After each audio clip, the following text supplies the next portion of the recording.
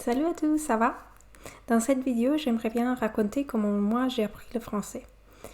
Tout a commencé dans l'école, là j'ai appris un peu et je me suis rendu compte que j'aimais bien toutes les langues et je voulais faire quelque chose de professionnel avec les langues. Et c'est pour ça que j'ai décidé de m'inscrire à l'université pour linguistique et traduction. Là, j'ai décidé d'étudier le français et l'anglais. Et j'ai bien aimé, mais c'est vrai que j'ai jamais utilisé la langue pour parler avec quelqu'un. Alors j'ai beaucoup compris et ce que j'ai lu et ce que j'ai écouté, mais j'ai jamais utilisé la langue en vrai. Après l'université, j'ai décidé de déménager en Allemagne et là j'ai beaucoup amélioré mon allemand, mais j'ai oublié totalement mon français. Je ne l'ai jamais utilisé pendant des années.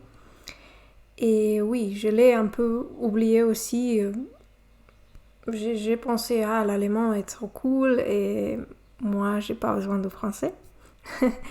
Et après, quelques années après, je me suis dit, oh, mais c'est dommage parce que moi, j'avais des connaissances et pourquoi pas reprendre cette langue que j'aime bien aussi.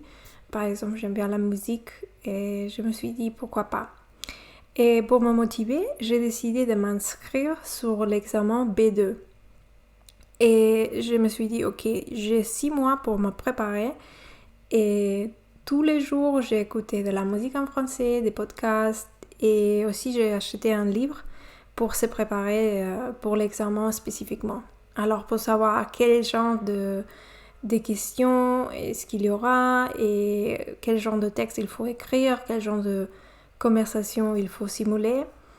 Et là, je me préparais et ça fonctionnait très bien. J'ai réussi l'examen. Mais après, je me suis dit, ok, maintenant j'ai le diplôme, mais ça ne sert à rien si je n'utilise jamais la langue. Je vais oublier, c'est dommage. Et comme ça, j'ai décidé de chercher un tandem.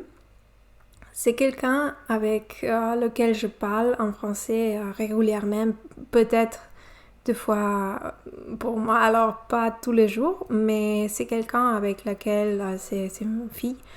Nous sommes devenus amis et c'est cool parce qu'on parle en français. Moi, j'ai beaucoup amélioré grâce à elle. Après, dans mon travail, on m'a dit, ah oui, tu parles français. J'ai dit, ouais, un peu. Et là, on m'a dit, voilà un défi. Euh, Si tu veux, tu peux travailler avec les clients français et on va commencer dans un mois. Et là, je me suis dit, il faut que je pratique tous les jours.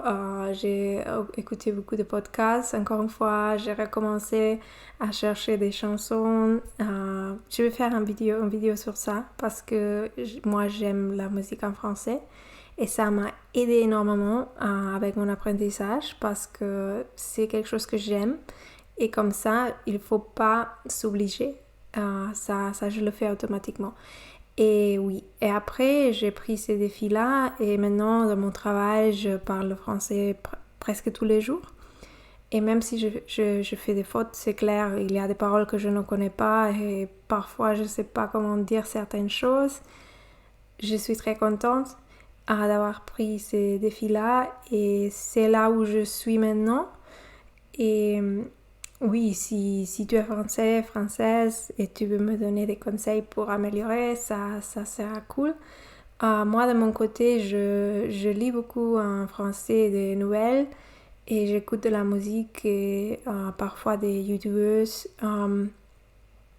Oui, et c'est ça ce que je fais maintenant, mais il serait peut-être intéressant de lire quelques livres en français. Je lis principalement en allemand. Et bon, je sais pas. Peut-être tu peux commenter c'est comment que tu as appris la langue française. Et moi aussi, je peux recommander pour le début le youtubeur français avec Pierre. Il est super pour le début. Là, j'ai beaucoup écouté. Et ouais.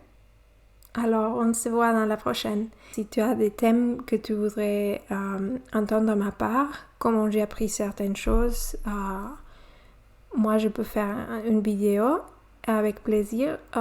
N'hésite pas à me le commenter dans les commentaires. Au revoir.